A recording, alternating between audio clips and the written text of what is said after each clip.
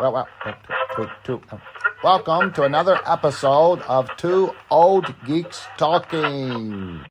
Now on the World Wide Web. Hey, welcome back to Two Old Geeks. I'm Rob. I'm Trace. And today we're talking about The Question. the question. You know what? And when you told me you were going to talk about the question, I thought, well, I know nothing about the question. Right. So I've got all kinds of questions about the questions. The who's, the what's, and the some, where's. and some of the questions might be questionable. So anyway. All right, hold on a second. Real quick, I'm going to take this off so that I can breathe. Yes, I would think you would pass out if you left it on. That would be a hard cosplay. Looks good. You going to cosplay? Let me ask you this. If you cosplay as the question. Right. Because I'm a geek. Now, I know DC is my blind spot, but what percentage of people, you got a lot of young people that don't even read Marvel or DC. They're into manga. So what would be the percentage of people that would recognize you if you went to a Comic-Con dressed as the question? Nowadays versus, let's say, 2025. 10 years ago. 50%? I would say, I'd say probably at least 50%. Yeah, I'm surprised. Because the question has become more noticeable. He seems like he's been popping up more in media than he has in the past 50 years, I guess. Yeah, well, I'm really interested because, like I said, I know nothing about the question. All right. So the question. What's the question about the question? That's the question. We're going to start off with who. Who is the question? Who is the question? So DC owns the comic book character, the Question. The Question is also known as Vic Sage, who is a investigative journalist in Hub City. Good guy, bad guy? Anti-hero. Depends what era you're talking about. He was considered at the beginning to be like a vigilante. Gotcha. And so his MO, because it was kind of like, although it was written in the 60s, kind of was like the noir guys, right? Yeah. And he fought crime with his fist. Yeah. No superpowers like Batman? No superpowers. Okay. So a writer named Steve Ditko, and he was come up with the question, and when he wrote him, he made him with kind of used him as to kind of show his objective beliefs and philosophy, which was originally written by Anna Rand, which was moralities should be objective. And so, like I said, they made him. They made him. Is he a Silver Age character, a Golden Age character? Well, I mean, he didn't start until the 60s. Yeah, Silver Age. Right. So he was uncompromisable. He was merciless, and he was a vigilante. So that's the who. That's who the question was. Who he reminds me of? Who just seen you dressed as him, almost like Rorschach from The Watchmen. That's good because let's see, Alan Moore did that, right? Yeah. So a lot of the characters from The Watchmen is based after characters like what is it, the owl that's in there? Yeah. If you look at his ship, it's almost identical to the Silver Age Blue Beetle ship that floated around. Oh, gotcha. And Rorschach, and he even admitted, was based after the Question. I got you. And the main difference between Rorschach and the Question is the Question had hope. He had hope for his community. He had hope for the people around him. Rorschach lost all hope. Yeah. So it would be like what the Question would be like if he lost hope. If he had no hope. If he had no hope in humanity. So a lot of those characters are based after Silver Age. If you were cosplaying as the Question, and you were at a Comic-Con and somebody was like, cool Rorschach outfit, would you have to correct them on it? No, I would just tip my hat and keep going. Let's see. So let's ask when. Like we already covered it in 1967 to be exact. I was 1 year old. Right. He wasn't born. Ditko wasn't actually working for DC. He was working for a Charlton Comics, and he had characters like the Question, and he had questions like the Blue Beetle, or questions. He had characters like the Question and the Blue Beetle that he had been working on and developing. And the Question's first appearance was actually in the Blue Beetle #1 issue. Oh yeah. And so Charleston Comics ended up closing down, and DC ended up kind of like absorbing some of those Other characters. writers and artists. Right, writers and their characters. So Yeah, Charleston's, those comics are really popular now. Old Charleston Comics. Right. A lot of people like I those. can't recall any of them, but I'd love to get my hands on some of them. So let's talk about where the Question comes from. Okay. So he resides in a city called Hub City. Okay. Now, as far as the DC universe, this is considered the most evil and crime-ridden city in all of the DC universe. Even worse than Gotham? Even worse than Gotham, because Gotham has, at least it has big industries, it has money thrown at it, people are always trying to make it better. Hub City is where the worst of the worst goes to reside. And this is where he resides. And he's been a journalist detective ever since. Now, that city was actually based On a real city. on a real city. It's Louisville, Kentucky. No. We're from Kentucky. No, it was actually the in the comic books. This gentleman named Gaston Huppert in the 19th century made this the hub of his empire. Yeah. And so when it went down, it started going down. But the city's actually based after St. Louis. Actually, it's I got a brother-in-law lives in St. Louis. yeah, it's For what he says, it sounds like Hub City. so it's also the home now, like Gotham has Wayne Industries. Yeah. Hub City has Cord Industries, and it's ran by Ted Cord, which happens to be the Blue Beetle. So this is where most of the comic books take place as far as pertaining to the Question. Gotcha. So the next question would be what? What? You know, I'm not a fan of the New 52. No, in fact, you hate it.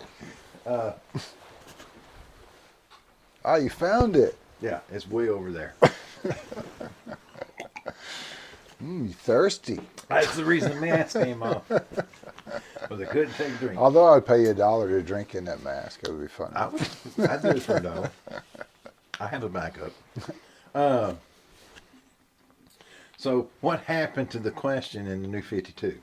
You know, he had a run in the 80s. We'll get into that here in a little bit. But New 52, so they came up with a thing called Trinity of Sin. Him with Pandora and what is his name? The Phantom Stranger apparently was being tried for their crimes and their sins. Yeah, yeah. And they ended up giving him mystical powers. I bet you hated that. With a passion. I'm sorry, guys. So anyway. Because it pretty much just undid everything about the character. Yes, and I'm okay with growth and development and that of a character. I understand that. A person can't be stagnant. But you can eventually change that character till what made it popular doesn't exist anymore. Right, I so... mean, that's a problem with a lot of IPs today. Companies buy them, but they really don't want to follow canon, and they just want to just rewrite those characters and do their own thing with them instead of being true to what made the character popular to begin with. Right. So, in that series, they literally had, the Ministry had like removed his actual face. Yeah. And removed his memory, and so they made it to where he was searching for his identity. Yeah. And then come to find out he's some ancient Greek god. I don't know. But That's when you get these young writers and they're like, you know what? I want to write my story. I don't want to write the blank story. I don't want to write a Captain America story. I don't want to write a Thor story. I just want to write my story, but my story wouldn't sell. Right. So what I'm going to do is I'm going to stick Thor in it, or stick the blank in it, or stick Captain America in it. It was just like when Captain America, when they had him say Hell Hydra, like he'd been a Hydra agent all these years. Right. You know, I mean, it just totally goes against what that character was based on, and it's just stupid, asinine writing. So, let's ask why. Why isn't the character more popular? Yes. Why Okay. isn't it? Maybe because, like me, I never heard of it. Well, I mean, you're not a DC fan. I'm sure there's Marvel characters I don't know. And That's I'm not, true. don't hold that against me. No, that's cool. That's don't cool. know their whole library of characters. So anyway, one reason I think is because he never was given a defined. He hasn't really been defined properly. Yeah. Throughout the years, they've changed him. Yeah. They started him out as kind of ideology was more of and his mindset was more of a fisticuffs guy, right? Yeah. I'm gonna beat him up. And then Stephen Ditko got a hold of him, and I kind of like what Stephen Ditko did. Yeah. He trained him to where he went from this. Yeah. He explained that he went from this, and said that's not what you have to be. He ended up starting to train under Shiva and what's his Kung Fu Master? What, in DC? A Kung Fu Master? In DC? Yeah, you had one of his comic books growing up, the Richard Dragon. Oh, yeah, the Master yeah. of Kung Fu. Yeah. So he started training underneath him, and they taught him to be more zen, get control of his temper. Yeah. You know, and that was So I'm going okay to with punch you in the face as hard as I can, but I'm not going to be angry when I do it. that. Right. so that I'm at peace. that's how they changed him. And then in the 2000, there was Justice League Unlimited, Yeah. which is when his popularity kind of began to spike again.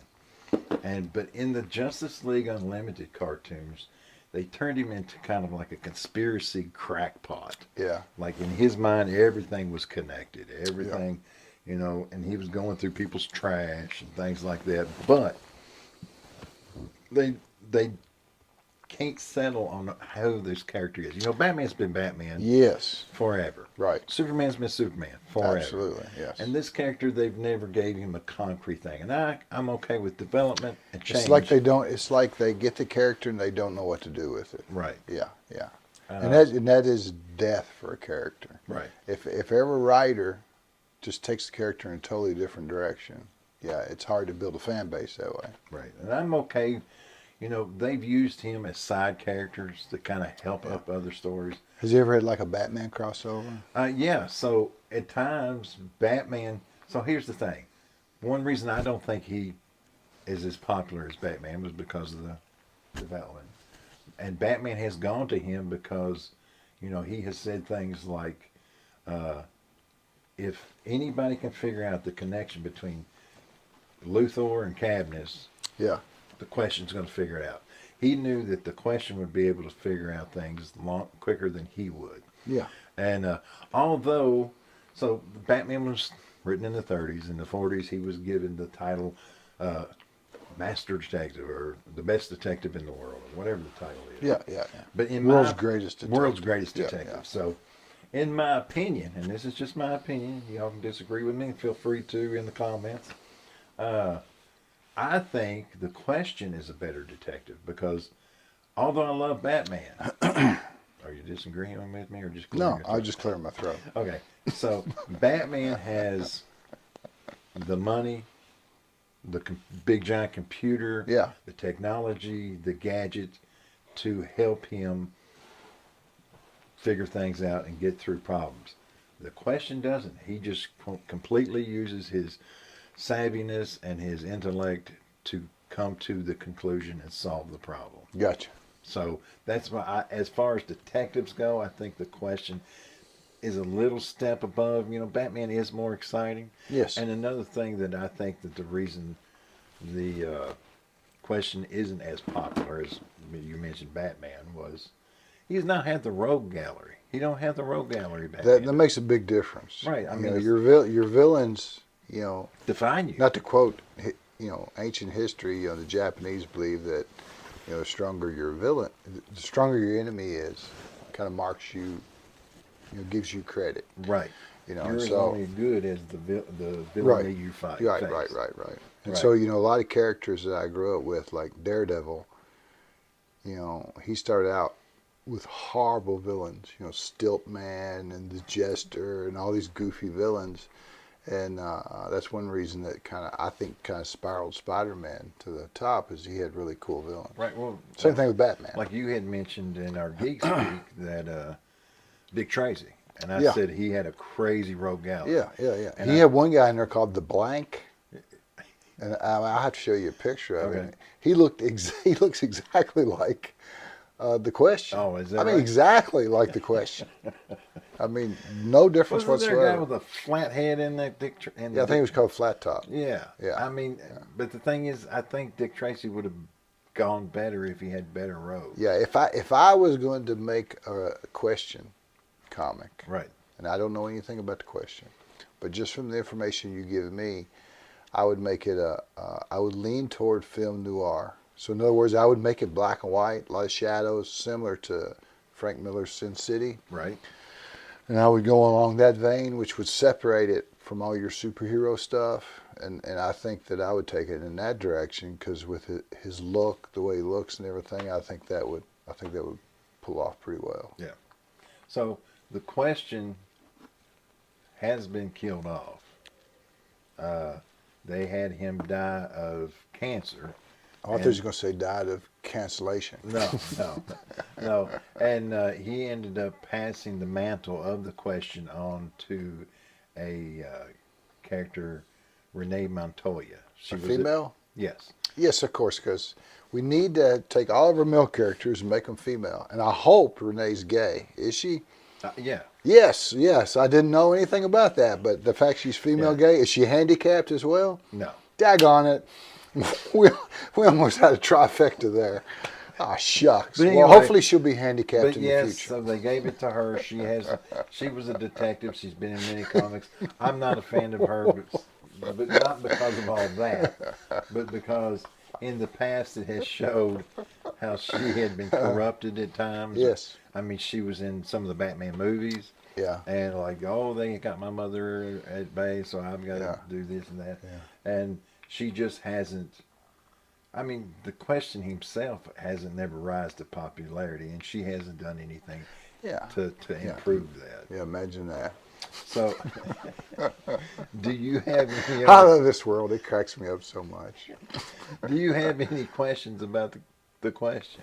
Questions about the Question? Yeah. So, do you have his first appearance? And if you do, is it worth anything? No, that would actually be Blue Beetle #1, and I have not a slightest idea what it would be worth. Yeah, that'd be cool to know, though. I mean, I can't believe you didn't look it up. They did a run, like I said, it was written by Ditko in the 80s, and that was like one of the most popular runs on the Question. Yeah. All the things beforehand was basically him being like a backup character. So the Blue Beetle movie, did you see that? I did. Did you like it? Actually, I did. I heard it was good. I heard it was good, but a lot of people saw it. It'd be neat if they ever had a sequel and then they had the Question in I kind of wish, like, you remember the television show Arrow that was on WB, and they ran into Supergirl and stuff. So Hub City made an appearance in those things. They went to Hub City from time to time. And they didn't have the Question? And they didn't have the Question. That's like going to Gotham and not seeing Batman. But it seemed to me that whole Arrowverse or whole Green Arrow television show seemed to be more of a Batman show with Green Arrow put into place. I mean, even the villains were kind of Batman related. But anyway, so I have this figurine. I've had him for years. Oh, cool. Don't know what it's worth. They've come out with a few figurines of the Question. And does he come with any accessories, or he just fights with his fists? He doesn't. When they first was going to release him, they were going to have him have a pistol, and that's pretty cool. Then they kind of have gone away with putting guns with the figurines. Yeah, they stepped away from that for a while. I think they're going back to it now with the new administration. So as far as any figurine or anything that I have, Yeah. That's it. As far as any major merch, you'll not. They did, I believe, in like this combo pack, they did a question from Justice League Unlimited. Yeah. You know, in that style, in that boxy style. I'd love Yeah. to get my hands on that. He was part of a group. Yeah. But I'd like to get my hands on just that character. Now that mask that you had on at the beginning of the video, is that something that you buy or is that something you made? Oh, that's something I bought. It's just basically a balaclava. Okay. The character himself, he worked with, there's this doctor scientist that had created a wound care thing that you put over top of wounds, and, Yeah. and it was supposed to help during military times. And you know, I worked in the medical field, and I can't remember what this was called. I know they have a thing called like Tegaderm or something. This is something that's similar to that, and it was applied with a spray. Yeah. And but they found that if it was put on an open wound, it was toxic. So he was sending this to some third world country that was in a war, knowing it was jacking them up. Yeah. Yeah. And got in trouble for it. So the question ended up being a journalist, found that out, blah, blah, blah. And he's like, look, I can help you. And so they created this mask. He uses a spray to put it on, and that's why his face is faceless. It's Yeah. because it's basically covered up. Yeah. He keeps it hidden in his belt buckle. And I didn't know what she was pointing at. yeah, well, he keeps it in his belt buckle. And the thing is when he sprays this spray, like Yeah. this costume would be like a tan overcoat. Yeah. It would be gray and whatever, and he's actually a redhead. Yeah. So, but when he sprays himself, Yeah. it changes the color of all the materials and everything All the about material, him, yeah. and adheres that to his face. So your mask didn't have hair on the side. Does he always have hair on the side? Yeah, in all the comic books, it's turned his hair because his mask is actually just like right Just here, right on the face, just right yeah. on the face. Yeah. Mine is Yeah. basically Now, a could you balaclava. wear that at a Comic-Con without passing out? Because Yeah. it looks like it'd be hot. Does it breathe all right? So for any of you who want to know what this is and how it was done, I literally put it over Oh, cool. what appears to be, you can get this at Walmart for Yeah. like $5, Yeah. but it's kind of like an airsoft mask. Yeah. And so, Cool. Good That- job, man. All right. Yeah, you should do that next Comic-Con. right? I'm a big guy. I'm big into cosplay. I might have to walk behind you and keep my hand on your shoulder so I won't run Yeah, I into can do people. that. I could be your whatever. He moves quick. He flies through them cons. Yeah, I do. I know exactly what I want. I look, and he looks at every single Everything. thing. He picks up every wearing that single mask, I thing. won't. No, you won't. No, you'll be like grabbing people's faces, and moving around. Yeah, you'll probably get in trouble. All right. So you done? I'm done. All right, I think we're done. I appreciate you watching, and please hit that like and subscribe button. Rod really appreciates it, and I'll be honest with you, I do too. And you stay geeky. All right, we're done. We're done. We are done. We are done. We